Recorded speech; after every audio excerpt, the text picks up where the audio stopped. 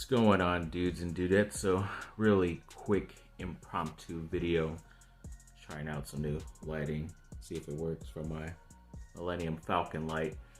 But yeah, overall, I think as of right this second, the Chargers are in prime position. I know I talked about in a recent video that they should get in the trade market for Saquon Barkley from the Giants, the running back, but another guy just yesterday has become available in trade talks. If the trade is good enough, I believe Carolina is either asking for a first round pick or a player that isn't worth as much as his salary is, and maybe a couple other picks as well. But if it's just a straight up first round pick, even this year, I think the Chargers should do it.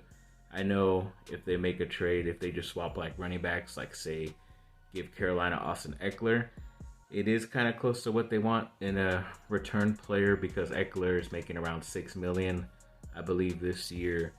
Christian McCaffrey is making around 8 point something million. So they're saving about $2 million, and they're getting a good enough running back to go with whoever they have at quarterback on their team. But also, if you have to give up a guy like Eckler, I think you won't have to give up certain draft capital. I think you could just get away with a second round pick, even like at least one second round pick, and that should be good enough. If you wanted to go farther, you could do like a third, maybe a fifth, and that's it, or maybe a third, 2 sixes, something like that.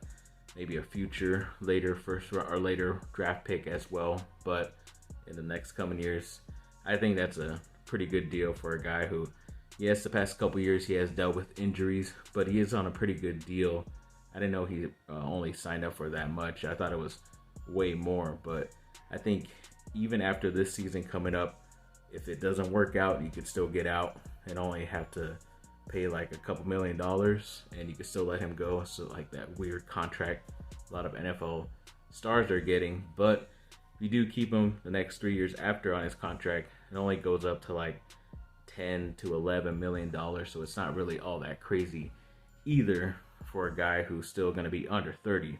So that's a great deal in my opinion. And another guy who was recently kind of lost in the shuffle with that whole Russell Wilson Seattle news, all that trade yesterday, was Bobby Wagner, their star defensive player and linebacker for the past handful of seasons, definitely over 5+. He was released yesterday, I guess in an attempt for them to only have to pay like $4-6 million, so they saved quite a bit of money. A lot of guys got released yesterday, but they saved quite a bit of money on his big contract. And that's just another guy that I know Chargers were in maybe negotiations, or I know rumors that they were maybe wanting to trade for him. But now that he's available, I hope they are going to be on the top of his list and definitely a destination. And I hope that they push for him, because I know because he was released, you could probably get him on a good deal as well, even if it's around $10 million.